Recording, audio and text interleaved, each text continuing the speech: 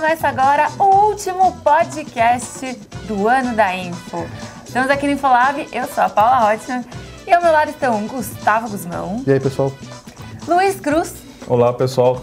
O nosso super Carlos Eduardo Silva, o homem por trás das câmeras. Ho, ho, ho. E na parte das nossas redes sociais, acompanhando o link ao vivo, Marcelo Venceslau. Fala, galera.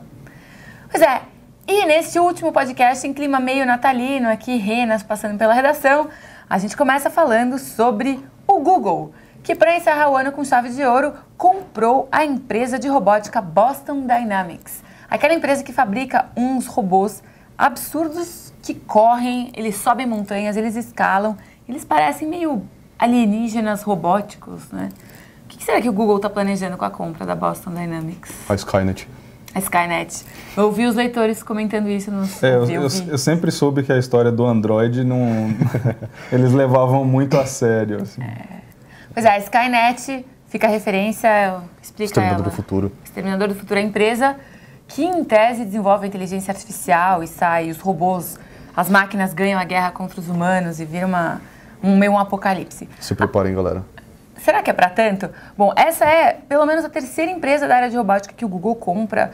Duas delas anteriormente fabricavam próteses e outras coisas menores. Mas a Boston Dynamics, o interessante dela é que ela fabrica, olha só, Luiz Cruz, todos os projetos dela, a grande maioria, são para o Pentágono dos Estados Unidos. Sim, é uma empresa financiada pelo Exército. Tanto é que um dos robôs mais impressionantes é um robô quadrúpede que carrega carga no campo de batalha. É o Wildcat, né? Isso. Então, assim, é uma empresa tradicionalmente financiada pelo Pentágono e com relações com outras empresas de segurança dos Estados Unidos. Ele parece um guepardo, né? Ele tem 4 patas, pernas, Mistura de braços. guepardo com boi, né? De carga. Sim. Né? Eles fizeram um também que é um pouco parecido com esse, chamado Cheetah, que corre pra caramba, assim. Tem também o outro Big Dog, adoro os nomes que eles dão, que ele é especializado em subir morros e passar por paisagens meio locais de desastre, que também seria fora aí, não necessariamente uma coisa de guerra, mas de repente alguma tragédia, um terremoto, ele conseguiria ir em locais de difícil acesso. E tem mais um, que é o único humanoide, parece que eles já testaram, que ele é capaz de detectar ataques químicos. Tem sensores e conseguiria detectar. Eu só espero que o Google utilize toda essa tecnologia para desenvolver androides capazes de substituir trabalhos humanos forçados, né? Eu fico vendo às vezes aqueles documentários de os piores trabalhos do mundo, do cara limpando o esgoto, esse tipo de coisa. Tá na hora de colocar um robô, já passou da hora de colocar um robô para fazer esse tipo de tarefa. Né? Em que áreas que isso poderia ser útil de repente? Olha, uma das coisas que a gente estava discutindo, eu e o Cato, acho que ontem ou anteontem, o que o Google estaria planejando fazer com esses robôs. Uma das ideias que surgiu ali foi eles pegarem as inteligências artificiais que ele coloca no smartphone, tipo a do Google Now, e implantar em um robô. Você dá uma ordem para ele, e ele usa os servidores do Google lá, da forma mágica, entre aspas, deles ali, entende o comando e vai lá e executa. Que agora não vai ser mais limitado a um celular, e sim, então 2 braços e 2 pernas, por exemplo. Ache as minhas chaves. Por exemplo. Ou, no caso, como o Luiz sugeriu, nesses trabalhos forçados, limpe aquela fossa, daí ele vai pesquisar as formas de limpar uma fossa, pegar as ferramentas necessárias, se enfiar lá e limpar. Não, então mais do que ele fazer uma tarefa que ele está programado para fazer, ele poderia tentar encontrar qual é a melhor forma de executar essa tarefa. De repente, limpe essa fossa e ele consegue tentar encontrar qual que é o melhor jeito. Carregue essas malas ou algo do gênero. Né? Exato, carregue essas malas ou, sei lá, minere aquele diamante. Minere aquele diamante. Que aí acho que é muito caro para uma mineradora pegar um robô desses, vários robôs desses, né? Infelizmente vão continuar usando trabalho forçado nesses casos. E quem está no Google, quem está responsável por esse setor novo lá, que parece que eles estão montando agora, mas na verdade eles já têm muitas iniciativas nesse sentido, é o Andy Rubin, que era o responsável pelo Android, né? Então, assim, a ideia a fixação pela ideia de Android fixação por robôs ali. É antiga ali.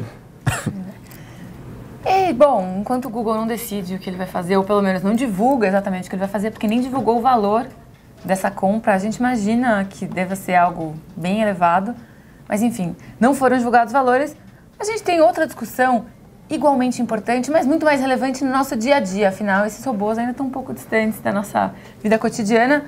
E o Gustavo Guzmão aqui ao meu lado é o cara para falar sobre os melhores aplicativos do ano. Nós fizemos uma lista dos 60 apps de destaque de 2013. Guzmão, foi fácil escolher 60 aplicativos? Não foi. Primeiro porque, querendo ou não são...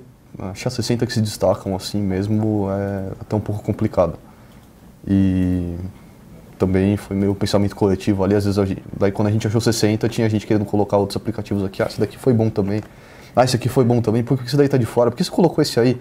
Como eu coloquei o Internet Explorer 11 na lista lá e tava sendo xingado pelo Marcelo e pelo Lucas Agrela e pela Mônica também. Tipo de discussão que a gente tem no trabalho. Estavam me xingando por causa do Internet Explorer 11, mas por que você colocou esse Explorer 11, cara? Por quê? Aí o Cadu tá me xingando agora. Mas conta um pouquinho, qual que, na sua opinião, que é o aplicativo de destaque do ano, assim? Então, para mim, os grandes destaques do ano, eu gostei muito do que aconteceu com o WhatsApp durante o ano.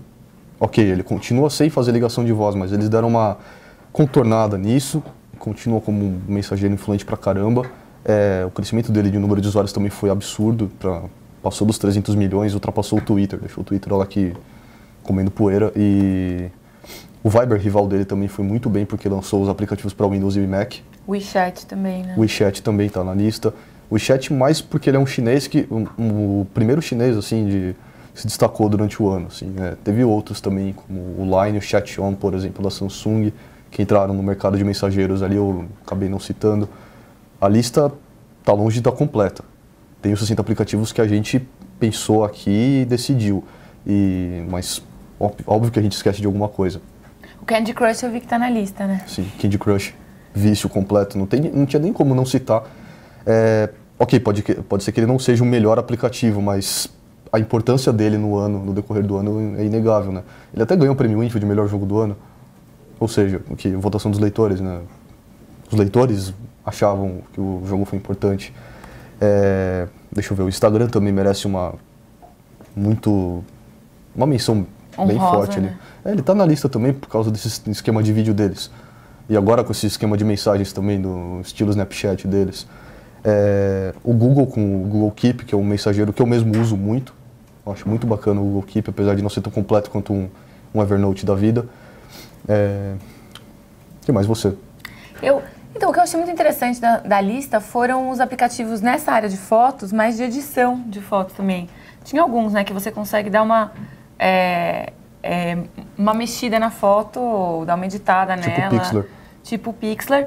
E outros dois que eu vi que eu achei interessante. Eu não uso o Windows Phone, mas achei interessante colocar dois aplicativos que eram tipo um Instagram para o Windows Phone. O SixTag e o SixSec. Exato, porque não tinha, né? Era uma coisa que a gente até via que os leitores comentando bastante, que eles sentiam falta. Os usuários do Windows Phone ficavam meio excluídos. Pior que os dois aplicativos SixSeg e o SixTag foram criados por um mesmo cara, um desenvolvedor, acho que se eu não me engano ele é francês. Você lembra, Luiz? Não. Que eu tinha escrito deles, eu até conversei com vocês, que eu estava tendo Infolab ainda na época. Um cara chamado Rudy Ruin, eu não sei a pronúncia dele. Eu não sei a pronúncia do nome dele, infelizmente, mas o cara desenvolveu sozinho. Dois aplicativos servem como substitutos ao Instagram e ao Vine, antes dos dois chegarem oficialmente ao Windows Phone. E os dois aplicativos têm uma interface melhor do que a dos dois originais. Pelo menos eu acho, assim, eles funciona de forma intuitiva. A interface deles é totalmente adaptada ao Windows Phone. Todo um trabalho e o cara fez sozinho. O cara é um desenvolvedor experiente, né? Exato. Para chegar nesse nível de ser melhor do que a própria empresa fazendo o aplicativo. Porque você vê que o Instagram chegou no Windows Phone bem atrasado e chegou incompleto, porque ele ainda não tem Aliás, eu acho que essas empresas erraram um pouco ao não, de repente, fazer um acordo com esse sujeito e usar o aplicativo dele como principal. Exatamente. Pegar o esqueleto do cara, pegar a interface do cara e colocar ali como um Instagram oficial. Ele não ia achar ruim, eu tenho certeza. Porque por exemplo, a maioria dessas pessoas que desenvolve algo paralelo ou parecido, não só na área de aplicativos, mas enfim, sites e tal, muitos têm essa ideia ou esse objetivo de serem comprados, né? Porque você não consegue concorrer hoje com um Instagram ou com um Facebook da vida. Exato. Mas dependendo do que você desenvolve, é muito interessante sim que você seja comprado. Curioso também, mas às vezes do ponto de vista da empresa, também não vale a pena. Eles sabem que assim que eles lançarem, eles podem acabar ganhando mercado, né?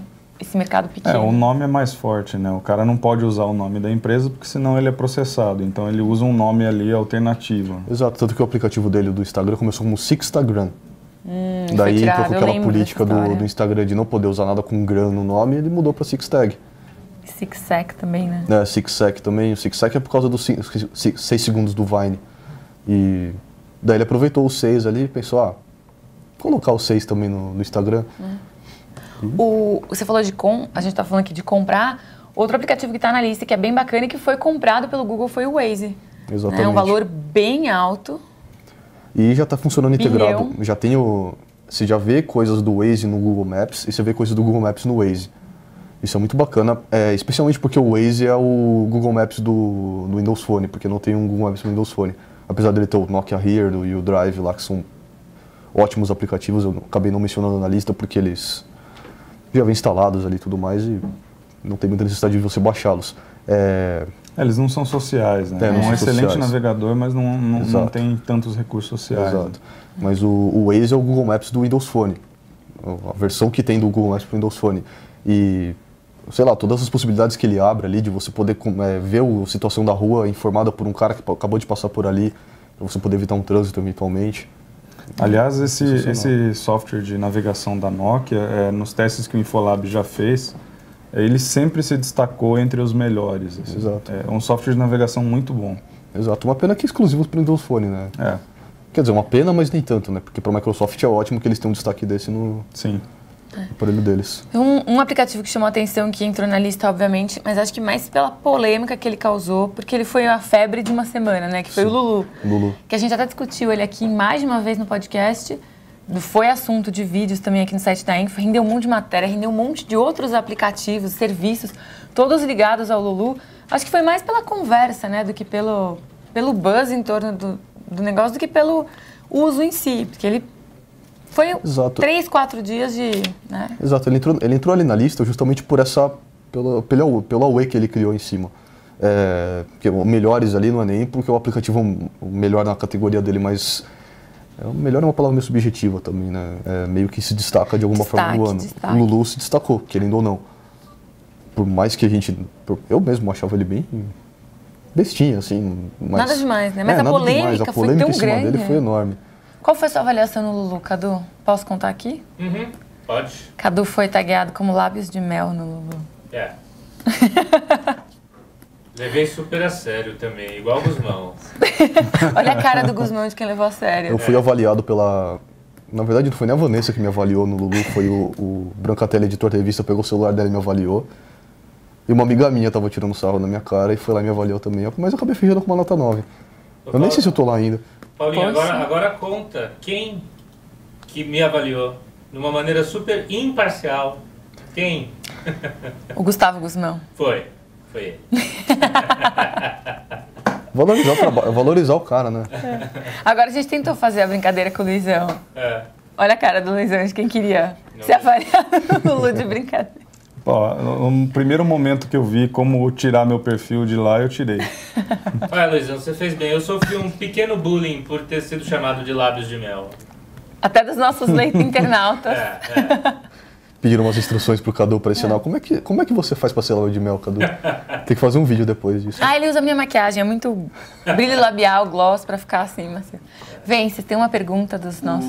É um comentário, o Modulation V tá falando aqui que ele gostaria de usar o robô do Google para pedir para fazer o trabalho de casa. Nossa, ia ser bom. Não só o trabalho de casa, né? Arruma a cama, faz comida. É uma possibilidade, né? Imagina mandar o robô do Google fazer o trabalho, ponto, o trabalho. Escreva a matéria. Faça o hangout da Info. Faça testes no Infolab. Qual teste você mandaria o robô do Google fazer aqui, Luizão? Testes repetitivos, né? Que a gente passa horas repetindo uma tarefa. Virando a página do Kindle. Exato. Eu ia pedir para ele analisar, quando terminar o render da minha máquina, você avisa. Né? Já sei, fazer o teste de bateria, que fica alguém aqui de madrugada esperando a bateria acabar com a ligação. Exato. Ia ser bem interessante. Ele cancela e Luizão, o problema é que se ele errasse, ele ia quebrar os dispositivos, né? Mas aí é outra história. Acontece. Luizão, falando em testes aqui, um lançamento anunciado essa semana que já está causando por causa do seu ineditismo. A LG está preparando o primeiro desktop tudo em um com o Chrome OS. Na verdade, ela anunciou essa semana e está antecipando o computador que vai ser lançado oficialmente na CES 2014, uma das maiores feiras de eletrônicos do mundo, que acontece agora em janeiro. O que tem esse computador para já estar causando tanto no mercado? Olha, a princípio é só o formato mesmo que chama atenção, porque a configuração ela é bem simplista, ela tem um processador Celeron, tem 2 GB de RAM, tem um SSD de 16 GB, mas é um Chrome OS num formato diferente ali. Na verdade, é um notebook que eles colocaram no formato de um tudo em um. Chama atenção porque provavelmente vai ser barato, com essa configuração vai ser barato, e o pessoal da LG está pensando que ele possa ser uma excelente oportunidade para empresas, por exemplo, call center, que tem um monte de máquinas iguais e as pessoas acessam só um sistema. Então tarefas simples, assim, mas que são repetitivas, é uma oportunidade de negócio aí para Mas essa história que ele tem uma saída HDMI... ele tem uma entrada HDMI. Uma entrada HDMI. Então, eventualmente você poderia utilizar ele como um monitor de uma máquina. E aí, assim, eu quero só checar o e-mail. Então, ligo direto o Chrome OS, ele carrega rápido. Você usa normal ali o e-mail via browser. Aí, quero executar uma tarefa mais pesada, sei lá, rodar um software de desenvolvimento, por exemplo. Aí você liga a segunda máquina e usa esse mesmo monitor. Quer dizer, é uma facilidade. Entendi. Essa história de antecipar lançamento não é um pouco... Não sei, não tira um pouco a graça da feira? Vai ser agora em janeiro, eles já estão antecipando umas coisas que eles vão anunciar. De certa forma sim, mas é porque geralmente os fabricantes lançam muitos produtos na CES. E talvez um produto que não seja ali o carro-chefe da empresa chame menos atenção durante a feira. Então eles já vão soltando informações. Ainda mais nessa época que ninguém quase anuncia nada, né? Aquela coisa meio parada. Assim como outros eventos grandes nos Estados Unidos de tecnologia, ou na Alemanha, como a CeBIT, eles costumam fazer algumas apresentações a portas fechadas também. Então eles divulgam antes o que eles vão apresentar, e aí depois faz uma apresentação com alguns jornalistas, com algumas pessoas das indústrias. É o caso, por exemplo, de uma empresa chamada PointGrab, que tem um sistema de reconhecimento de gestos assim, para qualquer dispositivo elétrico. Então você vai poder, por exemplo, apontar para uma lâmpada e ela vai acender. Caramba! Esse é um tipo de lançamento antecipado. Você vai apontar para o robô do Google, ele vai já trabalhar, você não precisa nem falar. Não, aí você vai precisar falar sim. Você aponta para ele liga igual o robôzinho de Lego. Tudo, né? Bacana. A notícia da semana, fora do mundo hardware, foi a carta que o Edward Snowden, o ex-analista da NSA, o americano que está refugiado na Rússia já há alguns meses, enviou para o Brasil, dizendo, entre outras coisas, que ele está disposto a colaborar com as investigações aqui no país para essa história da espionagem, dos Estados Unidos ter espionado o país, ter colocado grampos e feito escutas em praticamente todo mundo.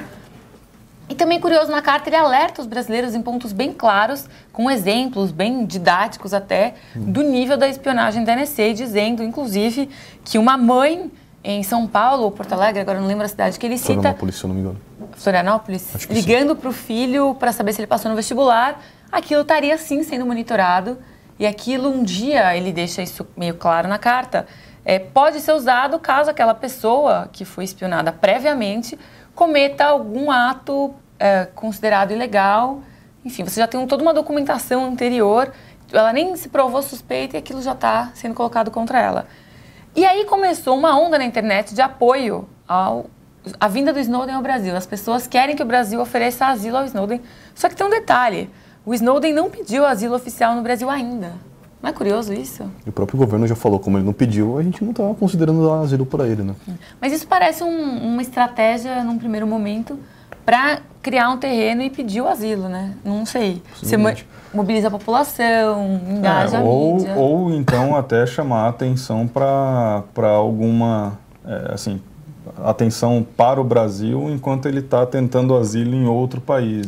Né? Pode ser. Porque, na verdade, ele pediu, para a gente não ser incorreto aqui, ele pediu asilo para o Brasil e para outros países antes, enquanto ele estava naquela situação, aquele imbróglio preso no aeroporto da Rússia, e aquilo não chegou a se concretizar, ele ficou na Rússia, mas agora ele não pediu de novo.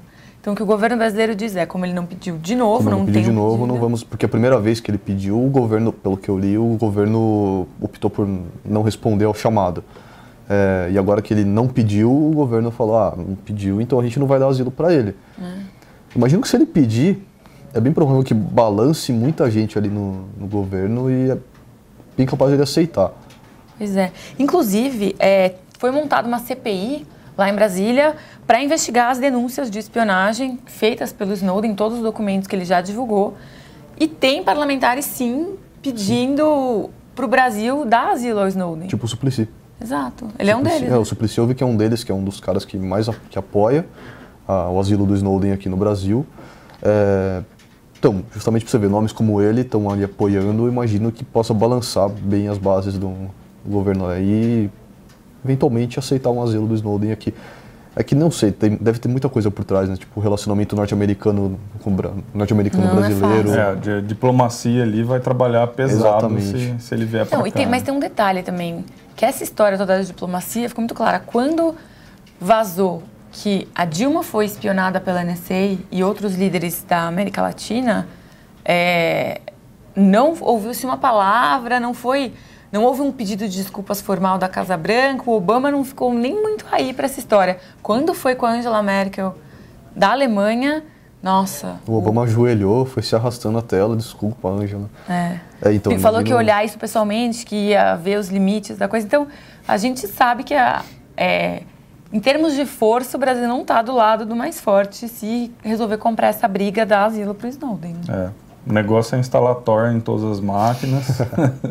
Começar a usar proxies russos aí. Tampar as webcams. Ou fazer que tampar as webcams. Disseram que fizeram na Rússia, né? Substituíram os computadores por máquinas de escrever em algumas repartições. Boa.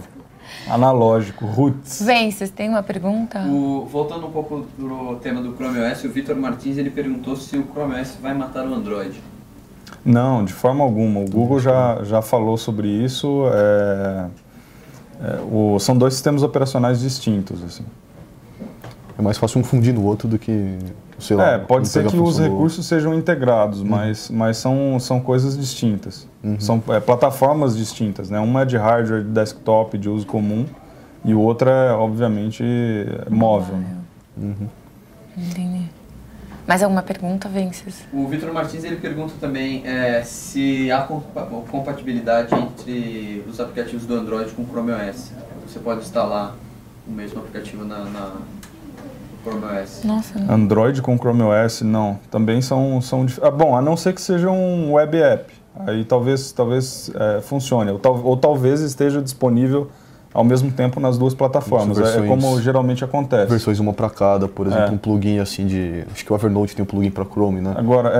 Agora é difícil cravar assim, o Google não vai fazer isso. A gente não está dentro do Google para saber, né? As informações que a gente tem é que nesse momento não vai... As duas plataformas não vão se integrar, né? Sim. Mas acho que os boatos que rolavam era de que até era mais fácil o Android engolir o Chrome OS do que o Chrome OS engolir o Android. Sim. Mas engolir no sentido de pegar os recursos de um e incluir no outro. Sim, o contrário é mais fácil. Exato. O Android é muito mais popular, né? O Android mobile. Mais alguma coisa das redes sociais? Ainda não. Ainda não? Então, voltando ao assunto do Snowden, acho que eu não tinha pensado nessa hipótese de ser uma tática de guerra, né? Você chama atenção para cá e corre para cá. O famoso cortina de fumaça, né? Você joga, distrai e vai para outro lado. Sim. Mas será que... eu acho que quem gosta assim, de tecnologia está acompanhando bastante, já tinha entendido o recado, inclusive saíram matérias na TV, em programas super populares, com muita audiência. Mas vocês acham que o que ele colocou na carta dessa vez, a forma como ele explicou, tá mais claro assim para as pessoas? Quem, de repente, NSA, política, o que eu tenho a ver com isso? De repente, será que ficou claro com essa carta? Eu acho que ficou.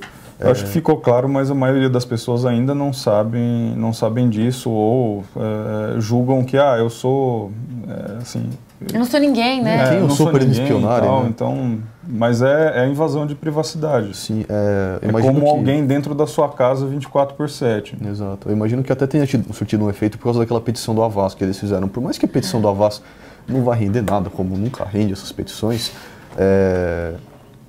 sei lá, pelo menos ontem já estava passando dos 7 mil. Hoje acho que deve ter batido uns 10, 14 mil, assim. Ontem estava com 7 mil assinaturas, Exato. né? Para ele vir para o Brasil. Para ele vir para o Brasil. Então imagino que isso aí tenha sensibilizado uma boa parte. Como a carta foi veiculada na Folha, né? Imagino que um pessoal possa ficar... Imagino que como é um jornal diário, tenha muitos leitores.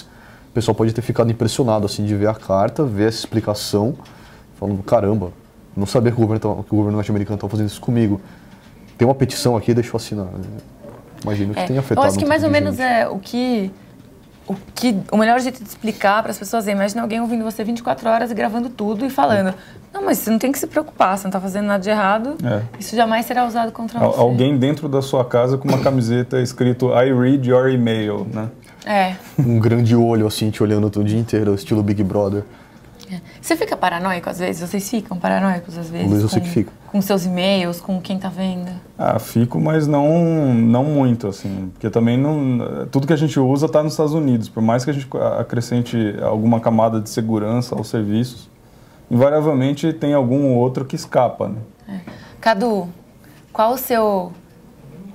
Não conta qual, mas se tem segredos guardados no seu e-mail que você torce para que a NSA não esteja olhando muito de perto? Muitos. Saldo da conta bancária. Não, esse daí, se eles olharem, vão ficar com dó, né? Sua carteira de Bitcoin. Não, eu não estou minerando nada.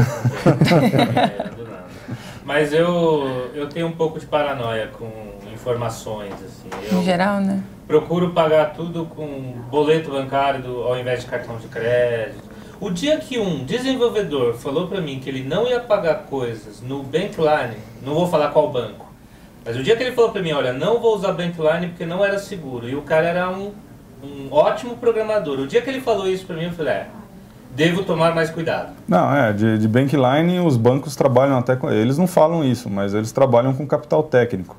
Tem falhas, o dinheiro é desviado e aí eles repõem o dinheiro sem muito alarde. Caramba. Cara, os sistemas de token de banco são...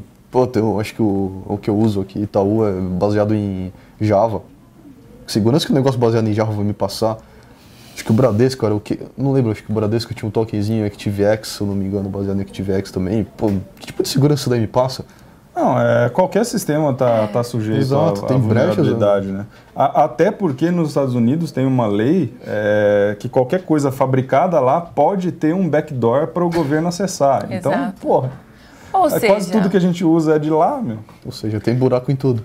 Ou seja, cuidado, que não só a gente que está com uma câmera apontada para os nossos rostos agora conversando com vocês e sendo gravados para o podcast, mas você também que está nos assistindo pode estar sendo monitorado sem perceber. A NSA tá vendo a gente. NSA, manda um beijo. E com um beijo, um abraço e um Feliz Natal para a NSA, para o Obama e para todas as pessoas que estão nos assistindo em alguma sala de comando secreta nos Estados Unidos. Feliz Natal, bom ano e até o ano que vem. Tchau. Tchau, tchau.